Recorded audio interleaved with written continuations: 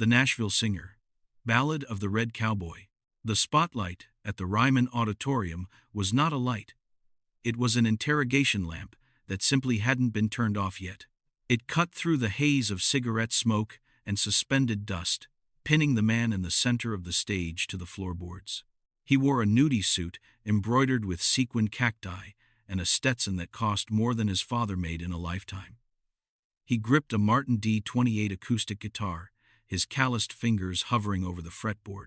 To the 3,000 screaming fans in the pews, he was Tex Miller, the grittiest voice to come out of the erratic heartbeat of the American South in a decade. He was the outlaw poet, the man who wrote Dust Bowl scriptures and honky-tonk gospels. To the jagged, terrified distinctness of his own memory, he was Alexei Volkov, born in the gray industrial sprawl of Omsk, a lieutenant in the KGB's first chief directorate. "Thank you kindly," Alexei drawled into the microphone. The accent was perfect.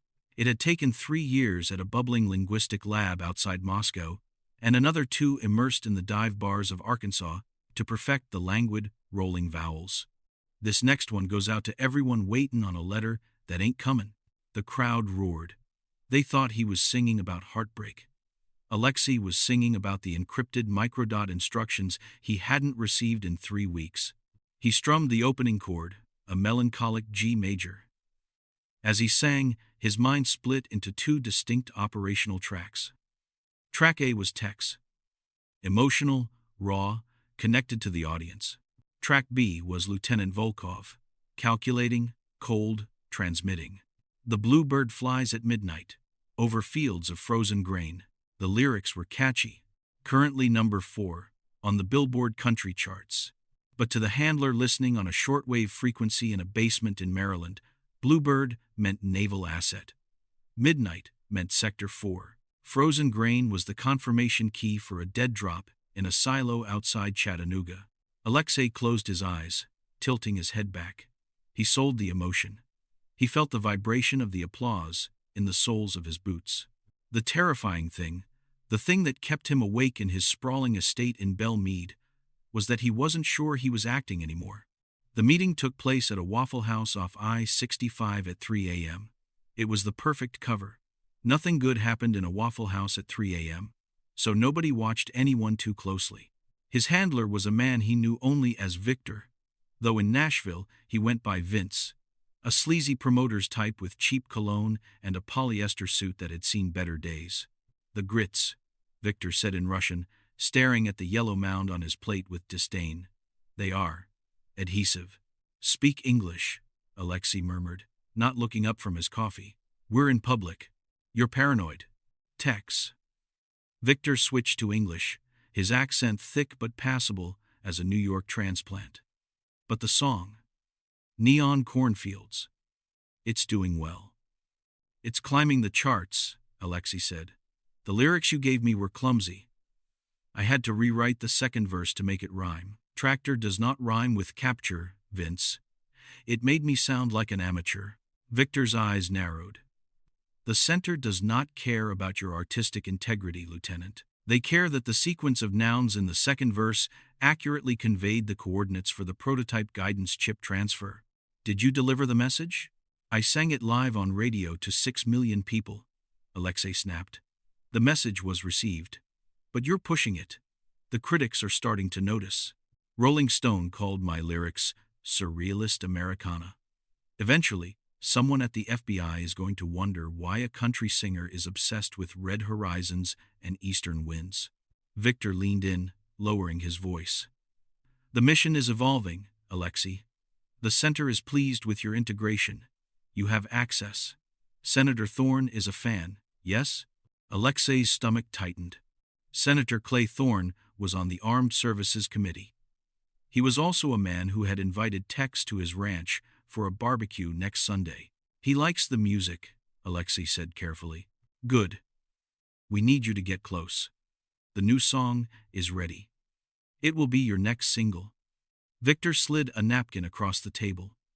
On it were scrawled lyrics that looked innocent enough to a layman. "The eagle lands on the wire. When the storm breaks the levee, the iron horse runs tired, and the payload is heavy." Alexei read it. His blood ran cold.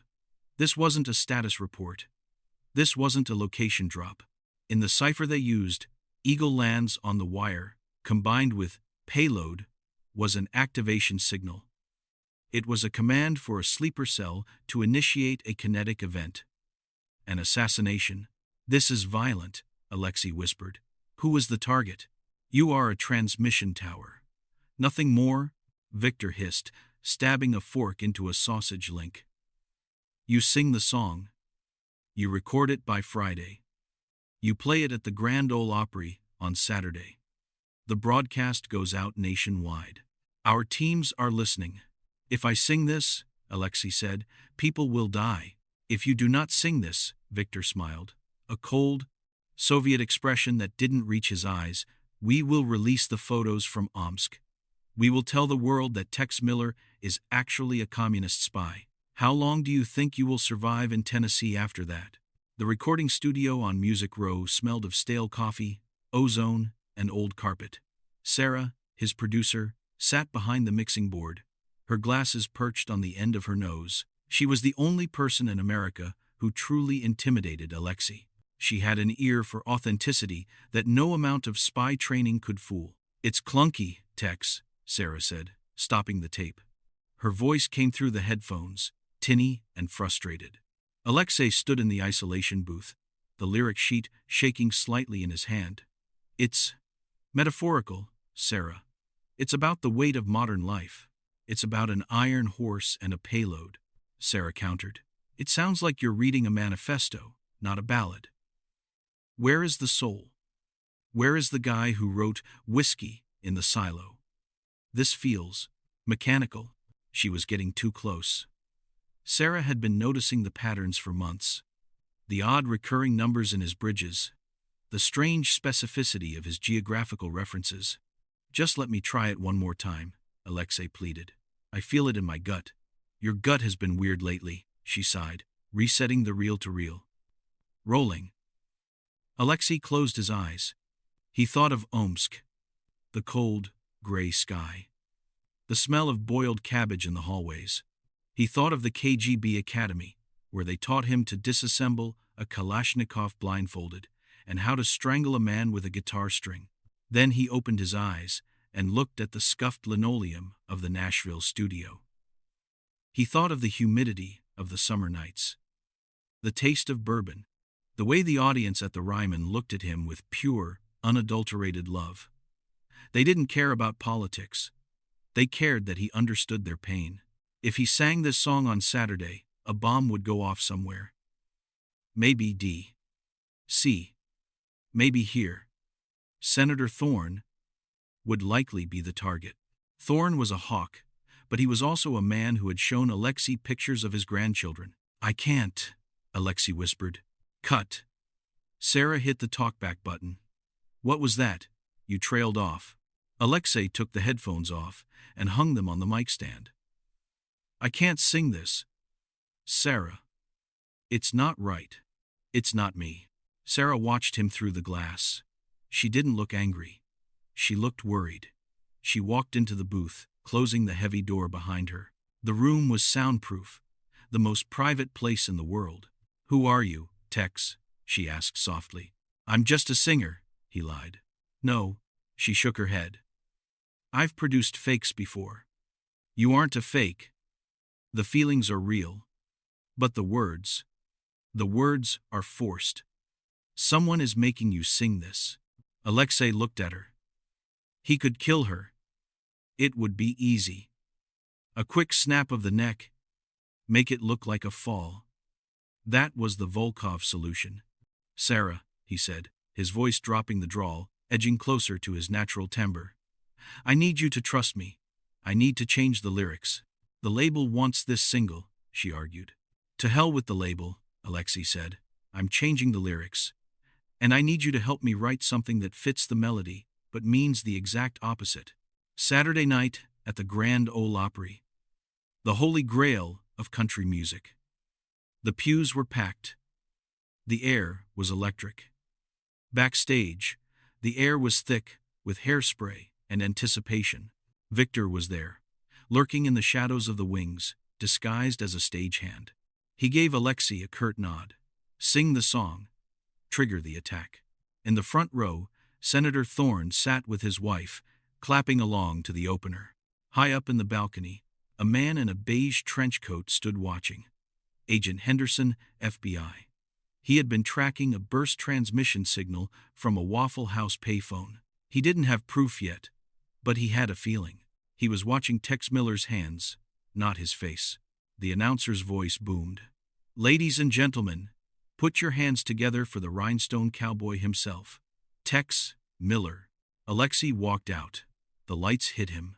The roar was deafening. He adjusted the strap of his guitar. He stepped up to the microphone. This was it.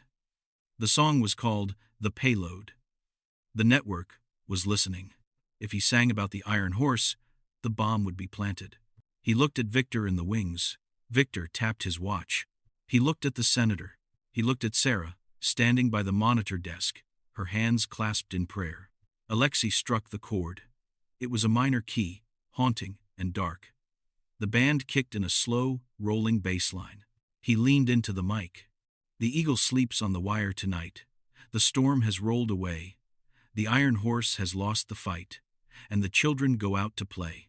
In the wings, Victor stiffened. His eyes went wide. That was the wrong code. Storm rolled away meant abort mission. Children play meant compromised. Burn assets. Alexei continued, his voice rising, pouring every ounce of Russian sorrow and American hope into the melody. Lay down the heavy load, my friend. The payload is lost at sea. The long, dark road has found its end. And the truth has set me free. It was a counter-command. He wasn't just failing to trigger the attack. He was actively dismantling the operation. He was broadcasting a cancellation code to every sleeper agent listening to the radio. The crowd didn't know. They heard a song about redemption, about giving up a burden. They swayed, lighters flickering in the dark. But in the wings, Victor was moving. He reached into his jacket. Alexei saw the movement. He didn't stop playing. Agent Henderson saw it too. As Victor pulled the suppressed Makarov from his jacket, Henderson signaled his team. 2 plainclothes officers tackled Victor into a stack of amplifiers.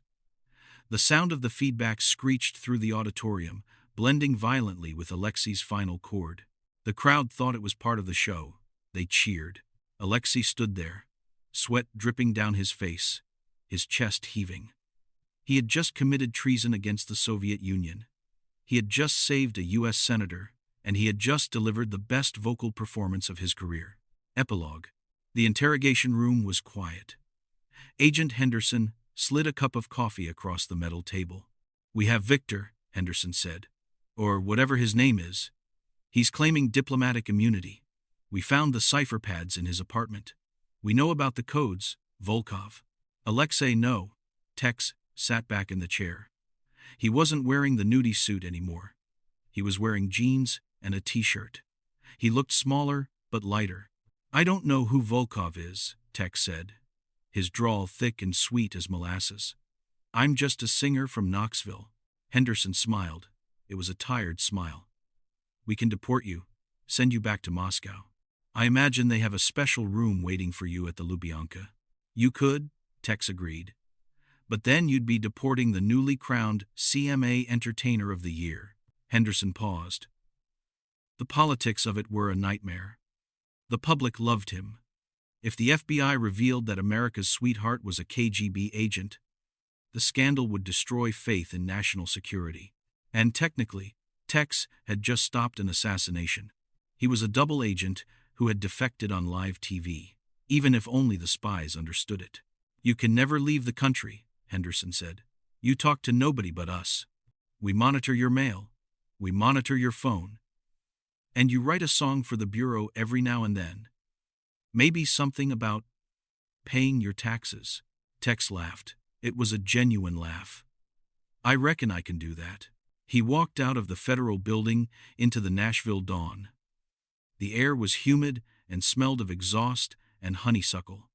He had no handler. He had no motherland. He was an exile in a rhinestone mask. He walked to his car, a '68 Cadillac convertible. Sarah was waiting in the passenger seat.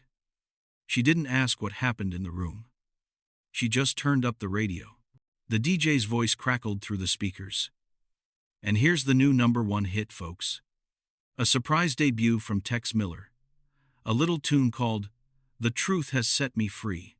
Alexei Volkov put the car in gear and drove west, disappearing into the American horizon he had once been sent to destroy.